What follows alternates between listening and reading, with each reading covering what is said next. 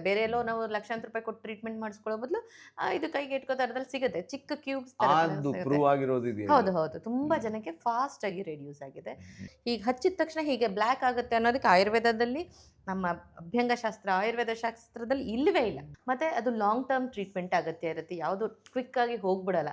So pigmentation ಅನ್ನೋದು ತುಂಬಾ ಜನಕ್ಕೆ ಇತ್ತೀಚೆಗೆ ಜಾಸ್ತಿ ಆಗಿದೆ, ಜಾಸ್ತಿ ಹೆಚ್ಚಾಗಿ ಕಾಣಿಸ್ಕೊತದೆ. ಬಟ್ ಈಗ ತುಂಬಾ ಚಿಕ್ಕ ವಯಸ್ಸಲ್ಲೇ ಈ ಪಿಗ್ಮೆಂಟೇಷನ್ ಯಾಕೆ ಬರ್ತಿದೆ ಅಂತ ಕೇಳಿದ್ರೆ ಇಟ್ಸ್ ವೆರಿ ಶಾಕಿಂಗ್. ಈಗ ಏನಾಗ್ಬಿಟ್ಟಿದೆ ಅಂದ್ರೆ ಯೂಟ್ಯೂಬ್ ಇನ್ಸ್ಟಾಗ್ರಾಮ್ ಪ್ರಪಂಚದಲ್ಲಿ ಯಾರು ಏನೋ ಒಂದು ನಾನು ವೈರಲ್ ಆಗಲಿ ಅನ್ನೋ ಕಾರಣಕ್ಕೋಸ್ಕರ ಏನೇನೋ ಟಿಪ್ಸ್ ಕೊಡ್ತಾರೆ. ಅವ್ರು ಕೊಟ್ಟಿದ್ದನ್ನೆಲ್ಲ ಫಾಲೋ ಮಾಡಿದ್ರು ಕೂಡ ಅದು ಅಗ್ರಿವೇಟ್ ಆಗುವಂಥ ಚಾನ್ಸಸ್ ಇರುತ್ತೆ.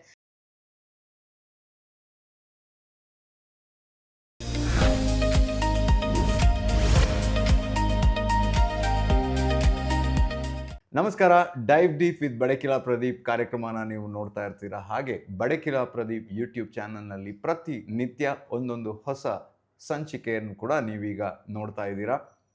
ಅಂಥದ್ದೇ ಒಂದು ಸರಣಿ ಸೌಂದರ್ಯ ಜ್ಞಾನ. ಆ ಸರಣಿಯ ಈ ಸಂಚಿಕೆಯನ್ನು ಶುರು ಮಾಡುವಂತಹ ಸಮಯ. ನಮ್ಮ ಜೊತೆ ನಮ್ಮ ಅತಿಥಿ ಅಲ್ಲ, ಇವರು ನಮ್ಮ ಸರಣಿಯ ವಿಶೇಷ ಅಭ್ಯಾಗತರು ದೀಪಾ ನಾಗೇಶ್ ಅವರಿದ್ದಾರೆ. ಅವ್ರನ್ನ ಕಾರ್ಯಕ್ರಮಕ್ಕೆ ಸ್ವಾಗತ ಮಾಡೋಣ. ನಮಸ್ಕಾರ. Thank you so much once again. ನಮಸ್ತೆ ಪ್ರದೀಪ್. ಸೊ ಇವತ್ತಿನ ಸಂಚಿಕೆ ಶುರು ಮಾಡೋ ಹೊತ್ತು. ಖಂಡಿತ. ಸೊ ಇವತ್ತು ನಾವು ಏನು ಮಾತಾಡ್ತಿದ್ದೀವಿ? ಇವತ್ತು ಪಿಗ್ಮೆಂಟೇಷನ್ ಬಗ್ಗೆ ಮಾತಾಡ್ತಾ ಇದ್ದೀವಿ. ಸೊ ಪಿಗ್ಮೆಂಟೇಷನ್ ಅನ್ನೋದು ತುಂಬ ಜನಕ್ಕೆ ಇತ್ತೀಚೆಗೆ ಜಾಸ್ತಿ ಆಗಿದೆ, ಜಾಸ್ತಿ ಹೆಚ್ಚಾಗಿ ಕಾಣಿಸ್ಕೊತದೆ. ಮುಂಚೆ 30+ ಅಲ್ಲ 60+ ಆದಮೇಲೆ ಕಾಣಿಸ್ಕೊಳ್ತಾ ಇದ್ದಂಥ ಈ ಪಿಗ್ಮೆಂಟೇಷನ್ ಅಥವಾ ಬಂಗು ಅಂತ ಏನು ಹೇಳ್ತೀವಿ, ಸೊ ಇತ್ತೀಚೆಗೆ ತುಂಬ ವೈಡ್ ಆಗಿಬಿಟ್ಟಿದೆ. ಅಂದರೆ 10-12 ವರ್ಷದಿಂದನೂ ಸ್ಟಾರ್ಟ್ ಆಗ್ತಾ ಇದೆ. ಮತ್ತು ಅದು ಜೆಂಟ್ಸಲ್ಲಿ ತುಂಬ, ಅಂದರೆ ಪುರುಷರಲ್ಲಿ ಬರೋದು ತುಂಬ ವಿರಳವಾಗಿರ್ತಿತ್ತು. ಈಗ ನೋಡಿದ್ರೆ 10ರಲ್ಲಿ 2ರಿಗೆ ಪಿಗ್ಮೆಂಟೇಷನ್ ಜೆಂಟ್ಸಲ್ಲೂ ಕೂಡ ಬರ್ತಾ ಇದೆ. ಸೊ ಬರೋದಕ್ಕೆ ರೀಸನ್ಸ್ ಏನು, ಅದನ್ನು ಹೇಗೆ ಕಂಟ್ರೋಲ್ ಮಾಡಬೇಕು, ಮನೇಲಿ ಹೇಗೆಲ್ಲ ಮಾಡಬೇಕು ಅನ್ನೋ ಕಂಪ್ಲೀಟ್ ವಿಚಾರನ ಇವತ್ತು ನಿಮ್ಮ ಜೊತೆ ಶೇರ್ ಮಾಡ್ತಾ ಇದ್ದೀನಿ.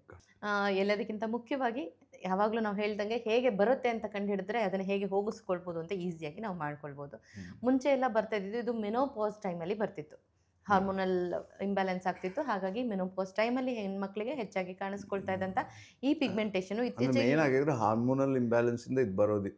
ಮುಂಚೆ ಆ ಥರ ಜಾಸ್ತಿ ಬರ್ತಿತ್ತು. ಅಂದರೆ 60+ ಆದಾಗ ಮೆನೋಪಾಸ್ ಹಾಗಾಗಿ ಬರ್ತಿದೆ ಅಂತ ಲೈಟಾಗಿ ತೊಗೊಳ್ಬೋದಾಗಿತ್ತು. ಬಟ್ ಈಗ ತುಂಬ ಚಿಕ್ಕ ವಯಸ್ಸಲ್ಲೇ ಈ ಪಿಗ್ಮೆಂಟೇಷನ್ ಯಾಕೆ ಬರ್ತಿದೆ ಅಂತ ಕೇಳಿದ್ರೆ ಇಟ್ಸ್ ವೆರಿ ಶಾಕಿಂಗ್. ಹೇರಿಗೆ ಯೂಸ್ ಮಾಡೋವಂಥ ಹೇರ್ ಕಲರಿಂಗಿಂದ ಪಿಗ್ಮೆಂಟೇಷನ್ ಬರುತ್ತೆ. ನ್ಯಾನೋಪ್ಲಾಸ್ಟಿಯಾ ಅಂತ ಮಾಡ್ತಾರೆ, ಅದರಿಂದ ಕೂಡ ಪಿಗ್ಮೆಂಟೇಷನ್ ಬರುತ್ತೆ. ಹೇರಿಗೆ ಯೂಸ್ ಮಾಡೋ ಮೋಸ್ಟ್ ಆಫ್ ದ ಪ್ರಾಡಕ್ಟ್ಗಳಲ್ಲಿ ಅಮೋನಿಯಾ ಇರುತ್ತೆ. ಹಾಗಾಗಿ ಇತ್ತೀಚೆಗೆ ತುಂಬ ಚಿಕ್ಕ ಪ್ರಾಯದಲ್ಲೇ ಪಿಗ್ಮೆಂಟೇಷನ್ ಬರುವಂಥ ಚಾನ್ಸಸ್ ಜಾಸ್ತಿ ಆಗೋಗಿದೆ. ಸೊ ಯಾವುದೇ ಎಕ್ಸ್ಟರ್ನಲ್ ಕಾರಣ ಅಲ್ಲ, ಅದರಿಂದಾಗಿ ದೇಹದಲ್ಲಾಗೋ ಬದಲಾವಣೆಯಿಂದ ಆಗೋದು ಅದು ಇಲ್ಲ. ಇವಾಗ ಎಕ್ಸ್ಟರ್ನಲ್ ಅಪ್ಲಿಕೇಶನಿಂದನೇ ಬರ್ತಾ ಇದೆ. ಮುಂಚೆ ಬರೀ ದೇಹದಲ್ಲಿ ಆಗೋ ಬದಲಾವಣೆಯಿಂದ, ಅಂದರೆ ಹಾರ್ಮೋನ್ ಇಂಬ್ಯಾಲೆನ್ಸ್ ಆದಾಗ ಅದು ಪಿಗ್ಮೆಂಟೇಷನ್ ಮೆಲನಿನ್ ಕಂಟೆಂಟ್ ಆ ಥರ ಆಗಿ ಬರ್ತಾ ಇದ್ದಿದ್ದು. ಇವಾಗ ಎಕ್ಸ್ಟರ್ನಲ್ ಅಪ್ಲಿಕೇಶನ್ ಇಂದ ಅದು ಮತ್ತೆ ದೇಹದೊಳಗೆ ಸೇರಿ ಆಗೋದು. ಹೌದು. ಇವಾಗ ನಾವು ಎಣ್ಣೆ ತಲೆಗೆ ಹಚ್ಚಿದಾಗ ಅದು ಹೇಗೆ ನಮಗೆ ಒಳಗಡೆ ಪೆನಿಟ್ರೇಟ್ ಆಗುತ್ತೋ, ತಲೆಗೆ ಎಣ್ಣೆ ಹಚ್ಚೋದು, ಅದು ಬೈಫರ್ಕೇಶನ್ ಮಾಡೋಕ್ಕಾಗಲ್ಲ. ಇದು ಕೆಮಿಕಲ್, ಇದು ಆಯಿಲ್ ಅಂತ ಪರಿಫಿಕೇಶನ್. ಸೊ ನಾವು ಹಾಕೋದು ಎಲ್ಲದನ್ನು ಪೆನಿಟ್ರೇಟ್ ಆಗುತ್ತೆ. ಆ ಪೆನಿಟ್ರೇಟ್ ಆದಾಗ ಅಲ್ಲಿ ಸೆಲ್ಸ್ ಡ್ಯಾಮೇಜ್ ಆಗುತ್ತೆ. ಆ ಡ್ಯಾಮೇಜ್ ಆದಾಗ ನಿಮಗೆ ಪಿಗ್ಮೆಂಟೇಷನ್ ಬರ್ತಾ ಇರೋಂಥ ಚಾನ್ಸಸ್ ತುಂಬಾನೇ ಜಾಸ್ತಿ ಇರೋದು. ಮುಂಚೆ ಐದರ್ ಮೆಲನಿನ್ ಕಂಟೆಂಟ್, ಅಂದರೆ ನಾವು ಈಗ ಮೆನೋಪಾಸ್ ಟೈಮಲ್ಲಿ ಆ ಥರ ಆಗ್ತಿತ್ತು, ಇಲ್ಲಾಂದರೆ ಓವರ್ ಡ್ರೈ ಸ್ಕಿನ್ ಇರೋಂಥವ್ರಿಗೆ ಆ ಥರ ಆಗ್ತಿತ್ತು. ಇವಾಗ ಆಯಿಲಿ ಸ್ಕಿನ್ ಇರೋಂಥವ್ರಿಗೂ ಬರುತ್ತೆ. ಮತ್ತು ಹೆಚ್ಚಾಗಿ ಅಂದರೆ ಪುರುಷರಲ್ಲಿ ಆ ಥರ ಜಾಸ್ತಿ ಪಿಗ್ಮೆಂಟೇಷನ್ ಬರ್ತಾ ಇರೋ ರೀಸನ್ ಏನು ಅಂದರೆ 100% because of hair dye. Any kind of hair dye, hair colouring use ಮಾಡ್ತೀನಿ, ಡೈ ಯೂಸ್ ಮಾಡ್ತೀನಿ, ಶಾಂಪೂ ಬೇಸ್ಡ್ ಯೂಸ್ ಮಾಡ್ತೀನಿ.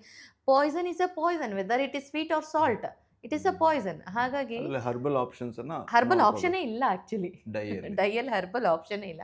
ಯಾವುದು ಬ್ಲ್ಯಾಕನಿಂಗ್ ಏಜೆಂಟ್ ಅಂತ ಇಲ್ವೇ ಇಲ್ಲ. ನಾವು ಲೈಫ್ ಸ್ಟೈಲ್ನ ಸರಿ ಮಾಡಿಕೊಂಡ್ರೆ ಅಥವಾ ನಾವು ಒಂದು ರುಟೀನನ್ನು ಫಾಲೋ ಮಾಡಿದ್ರೆ ಕಲರ್ನ ಚೇಂಜ್ ಮಾಡ್ಬೋದು ಅಷ್ಟೇ ಹೊರತು ಈಗ ಹಚ್ಚಿದ ತಕ್ಷಣ ಹೀಗೆ ಬ್ಲ್ಯಾಕ್ ಆಗುತ್ತೆ ಅನ್ನೋದಕ್ಕೆ ಆಯುರ್ವೇದದಲ್ಲಿ, ನಮ್ಮ ಅಭ್ಯಂಗ ಶಾಸ್ತ್ರ ಆಯುರ್ವೇದ ಶಾಸ್ತ್ರದಲ್ಲಿ ಇಲ್ಲವೇ ಇಲ್ಲ. That is ruled out. ಆಯಿತಾ? ಮೆಡಿಕಲಿ ಅದು ಪ್ರೂವ್ ಆಗಿದೆ ಕೂಡ. ಮೆಹಂದಿ ಹಾಕೊಳ್ಳೋದ್ರಿಂದ ಒಂದು ಸ್ವಲ್ಪ ಕಲರ್ ಬರುತ್ತೆ, ಅಥವಾ ಇಂಡಿಗೋ ಪೌಡರ್ ಯೂಸ್ ಮಾಡ್ತಾ ಇದ್ರೆ ಅದು ಸ್ವಲ್ಪ ಕಲರ್ನ ಚೇಂಜ್ ಮಾಡುತ್ತೆ ಹೊರತು ಇಟ್ಸ್ ನಾಟ್ ಎ ಡೈ. ಆಯಿತಾ? It's a process, it's a routine ಆಗಿರುತ್ತೆ. ಸೊ ಅಬ್ಸಲ್ಯೂಟ್ಲಿ ಈಗ ಪಿಗ್ಮೆಂಟೇಷನ್ ಜಾಸ್ತಿ ಆಗ್ತಾ ಇರೋದು ಲಿಟ್ರಲಿ ಪೇಂಟ್. ಅದು ಪೇಂಟು ಅಂತ ಹೇಳ್ಬೋದು, ಇಲ್ಲ ಶೂ ಪಾಲಿಶ್ ಅಂತಾನೆ ಹೇಳ್ಬಿಡ್ಬೋದು. ತೆಗೆದು ಬ್ರಷಲ್ಲಿ ಹಚ್ತಿದ್ವಿ ಮುಂಚೆ ಶೂಗೆ, ಈಗ ತಲೆಗೆ ಹಚ್ತಾ ಇದ್ದಾರೆ ಅಷ್ಟೇನೆ ಬಿಟ್ರೆ. ಸೊ ಅದರಲ್ಲಿರುವಂಥ ಅಮೋನಿಯಾ ಆಗಲಿ, ಅಂದ್ರೆ ಇದಕ್ಕೊಂದು ಉದಾಹರಣೆ ನೆನಪಾಯ್ತು ನಂಗೆ. ಅಂದ್ರೆ ನಾವು ಕಾಲಿಗೆ ಬಳಸೋದನ್ನ ತಲೆಗೆ ಯೂಸ್ ಮಾಡ್ತಿದೀವಿ, ತಲೆಯಲ್ಲಿಟ್ಟು ಹೊರೋದನ್ನ ಕಾಲಲ್ಲಿ ತುಳಿತಿದೀವಿ. ಖಂಡಿತ. ಪೇಪರ್ಗಳು ಹೌದು, ಪುಸ್ತಕಗಳನ್ನೆಲ್ಲ ಮೊದಲೆಲ್ಲ ನಾವು ಮುಟ್ಟಿದ್ರೆ ಕಾಲಲ್ಲಿ ತಾಗಿದ್ರೆ ಕೈ ಮುಗಿತಿದ್ವಿ. ಹೌದು ಹೌದು ಇವಾಗ ಕಾರ್ ವಾಶ್ ಆದ್ಮೇಲೆ ಕಾಲ್ ಬಿಡಕ್ ಹಾಕ್ತಾರ. ಹಾಕ್ತಾ ಇದಾರೆ. ಹೌದು ಹೌದು ಸೊ ಹಂಗಾಗಿ ಫುಲ್ ಎಲ್ಲ ರಿವರ್ಸ್ ಆಗಿದೆ. ಉಲ್ಟಾಗ್ಬಿಟ್ಟಿದೆ. ಹಾಗಾಗಿ ಪ್ಯಾಟರ್ನ್ ಕೂಡ ರಿವರ್ಸ್ ಆಗಿದೆ. ಹೌದು. ಸೊ ಯಾವುದೇ ರೀತಿಲಿ ಪಿಗ್ಮೆಂಟೇಷನ್ ಬಂದಿರಲಿ, ಫಸ್ಟ್ ನಿಮಗೆ ಯಾತಕ್ಕೆ ಬಂದಿದೆ ಅಂತ ಅದನ್ನು ಫೈಂಡ್ ಔಟ್ ಮಾಡ್ಕೋಬೇಕು. ಮತ್ತು ಅದು ಲಾಂಗ್ ಟರ್ಮ್ ಟ್ರೀಟ್ಮೆಂಟ್ ಅಗತ್ಯ ಇರುತ್ತೆ. ಯಾವುದು ಕ್ವಿಕ್ ಆಗಿ ಹೋಗ್ಬಿಡಲ್ಲ. ಈಗ ಪೀಲಿಂಗ್ ಮಾಡಿಸಿದ ತಕ್ಷಣನೇ ಪಿಗ್ಮೆಂಟೇಷನ್ ಹೊಟ್ಟೋಗ್ಬಿಡುತ್ತೆ ಅಂತೆಲ್ಲ ಹೇಳ್ತಾರಲ್ಲ, ದಟ್ ಈಸ್ ಜಸ್ಟ್ ಅ ಮಿತ್. ಆಯ್ತಾ, ಯಾವುದರಿಂದನೂ ಪಿಗ್ಮೆಂಟೇಷನ್ ಅಂದ್ರೆ ಅದನ್ನ ದೇಹದ ಒಳಗಿಂದ ಆ ಒಂದು ಪ್ರಕೃತಿಯನ್ನೇ ತೆಗಿಬೇಕಾಗತ್ತೆ. ಅದು ಬರೋದಕ್ಕೂ ಟೈಮ್ ತಗೊಳುತ್ತೆ, ಹೋಗೋದಕ್ಕೂ ತುಂಬಾನೇ ಟೈಮ್ ತಗೊಳುತ್ತೆ. ಹಾಗೆಂತ ಪೇಷನ್ಸ್ ಇರಲ್ಲ. ಮತ್ತೆ ಈಗ ಏನಾಗ್ಬಿಟ್ಟಿದೆ ಅಂದ್ರೆ ಯೂಟ್ಯೂಬ್, ಇನ್ಸ್ಟಾಗ್ರಾಮ್ ಪ್ರಪಂಚದಲ್ಲಿ ಯಾರು ಏನೋ ಒಂದು ನಾನು ವೈರಲ್ ಆಗಲಿ ಅನ್ನೋ ಕಾರಣಕ್ಕೋಸ್ಕರ ಏನೇನೋ ಟಿಪ್ಸ್ ಕೊಡ್ತಾರೆ. ಅವ್ರು ಕೊಟ್ಟಿದ್ದನ್ನೆಲ್ಲ ಫಾಲೋ ಮಾಡಿದ್ರೆ ಕೂಡ ಅದು ಅಗ್ರಿವೇಟ್ ಆಗುವಂಥ ಚಾನ್ಸಸ್ ಇರುತ್ತೆ. ಇದನ್ನು ನಮ್ಮ ಸ್ಟೂಡೆಂಟ್ಸ್ ಹತ್ರ ಯಾವಾಗಲೂ ಹೇಳ್ತಾ ಇರ್ತೀನಿ, ಪಿಗ್ಮೆಂಟೇಷನ್ ಅನ್ನೋದು ಹೆಬ್ಬಾವಿದ್ದಂಗೆ, ತುಂಬ ಕೇರ್ಫುಲ್ ಆಗಿ ಅದನ್ನ ಟ್ರೀಟ್ಮೆಂಟ್ ಮಾಡಬೇಕು ಅಂತ ಹೇಳ್ಬಿಟ್ಟು. ಟಿವಿಲಿ ನೋಡ್ತಾರೆ, ತುಂಬ ಫೇಮಸ್ ಆಗಿರೋರು. ಇಮಿಡಿಯೇಟ್ ಪರಿಹಾರಗಳೇನು ಇದಕ್ಕೆ? ಹೇಳ್ತೀನಿ ಅದನ್ನು ತುಂಬ ಫೇಮಸ್ ಆಗಿರೋರೊಬ್ಬರು ಅದಕ್ಕೆ ಟಿ ವಿಲಿ ಹೇಳ್ಬಿಟ್ಟಿದ್ದಾರೆ, ಚೆನ್ನಾಗಿ ನಿಂಬೆಹಣ್ಣನ್ನು ಅಡುಗೆ ಸೋಡಾದಲ್ಲಿ ಕಲಸಿ ಪಿಗ್ಮೆಂಟೇಷನ್ ಮೇಲೆ ಹಚ್ಚಿದ್ರೆ ಹೊಟ್ಟೋಗುತ್ತೆ ಅಂತ.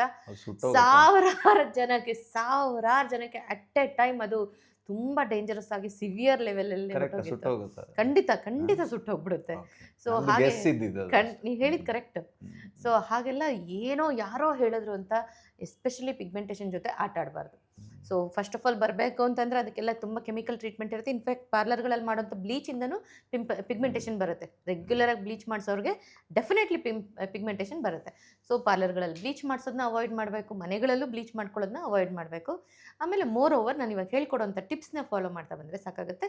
ಪಿಗ್ಮೆಂಟೇಷನ್ ಪ್ರಿವೆನ್ಷನ್ ಆ್ಯಂಡ್ ಪ್ರೊಟೆಕ್ಷನ್ ಎರಡೂ ಆಗ್ತಾ ಬರುತ್ತೆ. ನೀವು ಇದನ್ನು ಯಾವುದನ್ನು ವೈರಲ್ ಆಗೋ ಆಸೆಯಲ್ಲಿ ಹೇಳ್ತೀರಿ? ಖಂಡಿತ ವೈರಲ್ ಆಗಲ್ಲ. ನಮ್ಮ ಚೋಕ್ ಹಿಟ್ ಆಗಲಿ, ಜನಗಳಿಗೆ ನಮ್ಮ ವೀಕ್ಷಕರಿಗೆ ಒಳ್ಳೇದಾಗಲಿ ಅಂತ ಹೇಳ್ತಾರೆ. ಹೌದು, ನಮ್ದು ಯಾವುದೇ ಕಾರ್ಯಕ್ರಮ ನೀವು ಕೂಡ ಸಂಚಿಕೆಗಳನ್ನ ಗಮನಿಸಿದ್ರೆ ಎಲ್ಲವೂ ಕೂಡ ಆರ್ಗ್ಯಾನಿಕ್ ಆಗಿ ನಿಮ್ಗೆ ರೀಚ್ ಆಗಬೇಕು. ಅಲ್ಲಿ ಯಾವುದೇ ಸೆನ್ಸೇಷನ್ ಅನ್ನ ನಾವು ಕ್ರಿಯೇಟ್ ಮಾಡಬಾರ್ದು ಅನ್ನೋದು ನಮ್ಮ ಮುಖ್ಯ ಉದ್ದೇಶ. ಖಂಡಿತ. ಸೊ ಫಸ್ಟ್ ಪಿಗ್ಮೆಂಟೇಷನ್ನ ಟ್ರೀಟ್ ಮಾಡೋದಂದ್ರೆ ಕೆಮಿಕಲ್ನ ಕಟ್ ಮಾಡಿಬಿಡ್ಬೇಕು. ಕೆಮಿಕಲ್ ಹಾಕೋದನ್ನೇ ನಿಲ್ಲಿಸ್ಬಿಡ್ಬೇಕು, ಆಯುರ್ವೇದಿಕ್ ಕನ್ವರ್ಟ್ ಆಗಬೇಕು. ಮತ್ತು ಇದಕ್ಕೆ ಟ್ರೀಟ್ಮೆಂಟ್ ಅಂತಲೇ ಮನೇಲಿ ಮಾಡ್ಕೊಳ್ಳೋದಾದರೆ, ತುಂಬ ಸುಲಭವಾಗಿ ಮಾಡ್ಕೊಳ್ಳೋದಾದರೆ ಲಾಂಗ್ ಟರ್ಮ್ ಟ್ರೀಟ್ಮೆಂಟ್, ತೆಂಗಿನಕಾಯಿ ತುರಿತೀವಲ್ಲ ಅದರ ಹಾಲನ್ನು ಚೆನ್ನಾಗಿ ಸ್ಕ್ವೀಸ್ ಮಾಡಿ ಕಾಟನಲ್ಲಿ ಅದನ್ನು ಡಿಪ್ ಮಾಡಿ ಪ್ಯಾಚ್ ಥರ ಹಾಕ್ಕೊಳ್ಬೇಕು. ಹಾಕಿ 20 ನಿಮಿಷ ಬಿಟ್ಟು ಅದನ್ನು ವಾಶ್ ಮಾಡ್ತಾ ಬರಬೇಕು.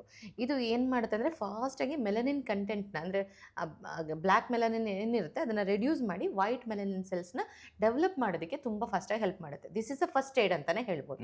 ಪ್ರತಿನಿತ್ಯ ಮಾಡಿದ್ರೆ ಅದರಿಂದ ಸೈಡ್ ಎಫೆಕ್ಟ್ ಆಗೋದೇ ಇಲ್ಲ. ಮೇಕಪ್ಪನ್ನು ತುಂಬ ಇಂಪಾರ್ಟೆಂಟ್. ಕನ್ಸಿಲರ್ ಹಾಕಿ ಕವರ್ ಮಾಡ್ಕೊಳ್ತೀವಿ ಅನ್ನೋದು ಫೂಲಿಶ್ನೆಸ್ ಅದು. ಸೊ ಅದನ್ನು ತೆಗಿಯೋದೇ ಇಂಪಾರ್ಟೆಂಟ್ ಆಗಿರುತ್ತೆ. ರೆಗ್ಯುಲರ್ ಆಗಿ ಮೇಕಪ್ ಸದ್ಯದ ವ್ಯವಸ್ಥೆಗೆ ಅದರಲ್ಲೂ ಕೂಡ ಆದಷ್ಟು ಸೇಫ್ ಆಗಿರುವಂತಹ ಪ್ರಾಡಕ್ಟ್ಸ್ ಅನ್ನು ಬಳಸ್ಕೊಂಡು ಅಡ್ಜಸ್ಟ್ ಮಾಡಬೇಕು. ಬಟ್ ತುಂಬಾ ಇಂಪಾರ್ಟೆಂಟ್ ಆಗಿ ಈ ಟ್ರೀಟ್ಮೆಂಟ್ಗಳನ್ನು ಮಾಡಬೇಕು.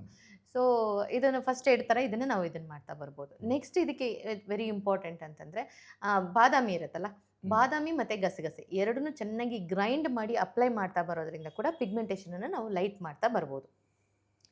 ಇನ್ನೊಂದು ದಂತ ಬರುತ್ತಲ್ಲ, ಆನೆ ದಂತ ಇವಾಗ ಸಿಗೋದೇ ಕಷ್ಟ, ಎಕ್ಸ್ಪೆನ್ಸಿವ್. ಬಟ್ ಸರ್ಟಿಫೈಡ್ ಆನೆ ದಂತ ತಗೋಬೇಕು.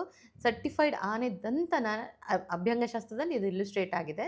ಗಂಧದ ಕಲ್ ಮೇಲೆ ಹಸಿ ಹಾಲಲ್ಲಿ ತೇದು ಅದರದ್ದು ಪೇಸ್ಟ್ ಹಚ್ಚೋದ್ರಿಂದ 3x the ಫಾಸ್ಟ್ ಅಂತ ಹೇಳ್ತೀವಿ, 3ರಷ್ಟು ಫಾಸ್ಟಾಗಿ ಅದು ರೆಡ್ಯೂಸ್ ಆಗ್ತಾ ಬರುತ್ತೆ. And it has been proven. ಹುಡ್ಕೊಂಡು ಹೋಗ್ಬೇಕು. ವೀರಪ್ಪನ ಹೋದ್ಮೇಲೆ ದಂತ ಸಿಗ್ತಾ ಇಲ್ಲ.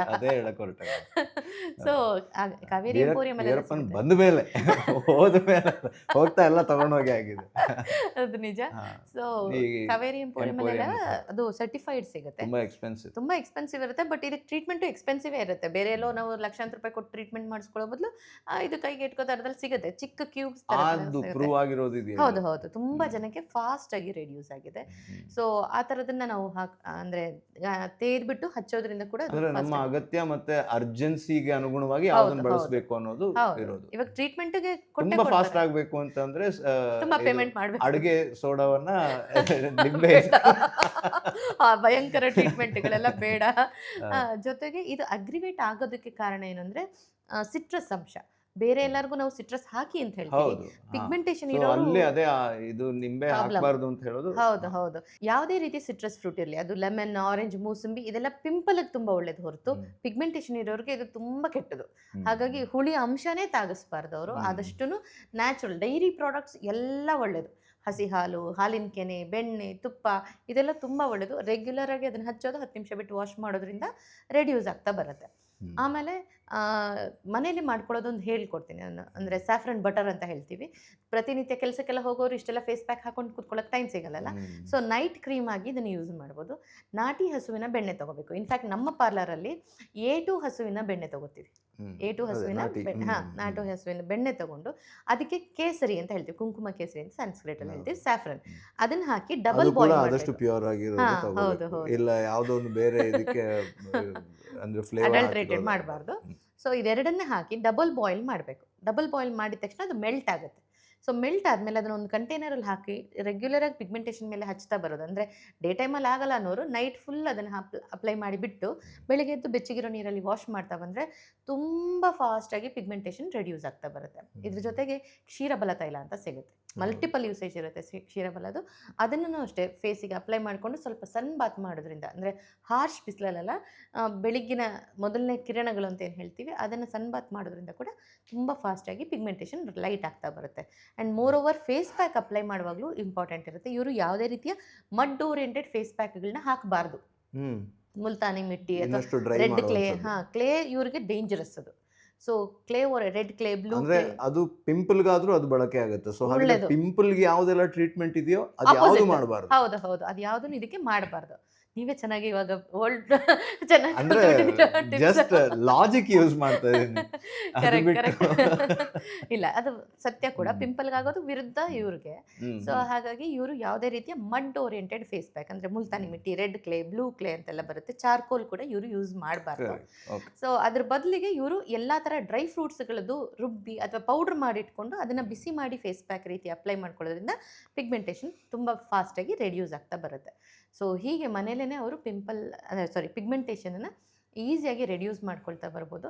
ಇಂಟೇಕಲ್ಲೂ ಅಷ್ಟೇ ಹೆಚ್ಚಾಗಿ ಡೈರಿ ಪ್ರಾಡಕ್ಟ್ಸ್ಗಳನ್ನ ಕನ್ಸ್ಯೂಮ್ ಮಾಡೋದ್ರಿಂದ ಅಥವಾ ಎಳ್ನೀರನ್ನು ಕುಡಿಯೋದ್ರಿಂದ ಪಿಗ್ಮೆಂಟೇಷನ್ ರೆಡ್ಯೂಸ್ ಆಗ್ತಾ ಬರುತ್ತೆ. ಎಳ್ನೀರು ಐ ಥಿಂಕ್ ಸರ್ವ ಇದಕ್ಕೂ ಹೌದು. ಕೂಡ ಔಷಧ. ಕಲ್ಪತರು ಅಂತ ಸ್ಟಿಲ್ದ್ರೆ ಹೇಳ್ತಾರೆ. ಹೌದು ಹೌದು. ಸೊ ಇದು ತುಂಬ ಚೆನ್ನಾಗಿ ಹೆಲ್ಪ್ ಆಗುತ್ತೆ. ಕಲ್ಪತರುನ ಸ್ವಲ್ಪ ತರೋದಲ್ಲ, ಬೇಕಷ್ಟು ತರ್ಕೋಬೇಕು. ಕರೆಕ್ಟಾಗಿ ಹೇಳ್ತೀರಾ. ತರದ ಜೊತೆಗೆ ಅದನ್ನ ಫೇಸ್ ಪ್ಯಾಕ್ ಆಗು ಹಚ್ಕೋಬಹುದು. ಪಿಗ್ಮೆಂಟೇಷನ್ ಇರೋರು ಹೌದು. ತೆಂಗಿನಕಾಯಿ ತುರಿನ ಚೆನ್ನಾಗಿ ಗ್ರೈಂಡ್ ಮಾಡಿ ಹಾಲಿನ ಕೆನೆ ಜೊತೆ ಕಲಸಿ ಹಚ್ಕೊಳ್ಳೋದ್ರಿಂದ ಫಾಸ್ಟಾಗಿ ರೆಡ್ಯೂಸ್ ಆಗುತ್ತೆ ಅದು. ಸೊ ಖಂಡಿತವಾಗ್ಲಿ ಇದೆಲ್ಲ ಟ್ರೈ ಮಾಡಬೇಕು. ಫಸ್ಟ್ ಕೆಮಿಕಲ್ ಬಿಟ್ಬಿಡ್ಬೇಕು. ಹೇರ್ಗಾಗಲಿ ಫೇಸ್ಗಾಗಲಿ ಕೆಮಿಕಲ್ ಬಿಟ್ಬಿಡ್ಬೇಕು. ಓಕೆ. ಸೊ ಈಗ ಅಂದ್ರೆ ಅದಕ್ಕೆ ಸೊಲ್ಯೂಷನ್ಸ್ ಎಲ್ಲ ಹೇಳಾಯ್ತಾ? ಆಗಿದೆ. ಎಪಿಸೋಡ್ ಎಂಡ್ ಮಾಡೋದಕ್ಕೆ ಖಂಡಿತ ಮಾಡ್ಬೋದು. ಇನ್ನೊಂದೇನಾದ್ರು ಬಾಕಿ ಇದೆಯಾ? ಇಲ್ಲ, ಫಸ್ಟೇ ಹೇಳ್ಬಿಟ್ಟಿದ್ದೆ ಇವತ್ತು ಕ್ಲೈಮ್ಯಾಕ್ಸ್ನ. ಬರೋದೇ ಹೇರ್ ಕಲರಿಂಗ್ ಇಂದ. ಸೊ ಅದೆಲ್ಲ ಬಿಟ್ಬಿಟ್ರೆ ಕೆಮಿಕಲ್ಸ್ ನಮ್ಮ ಆಯುರ್ವೇದನೇ ಸೊಲ್ಯೂಷನ್. ಸೊ ಸೌಂದರ್ಯವಾಗಿರ್ಬೇಕು ಅಂದ್ರೆ ನಾನು ಯಾವಾಗಲೂ ಹೇಳ್ತಾ ಇರ್ತೀನಿ, which is natural that is beautiful ಅಂತ. ಹಾಗೆ ಇರೋದು better. Thank you so much. It's a pleasure. So ನಿಮ್ಮ ಸೌಂದರ್ಯವನ್ನು ಹೆಚ್ಚಿಸ್ಕೊಳ್ಳೋದಕ್ಕೆ ಬೇಕಾದಂತಹ ಟಿಪ್ಸ್ ಇಲ್ಲಿ ಸಿಗತ್ತೆ.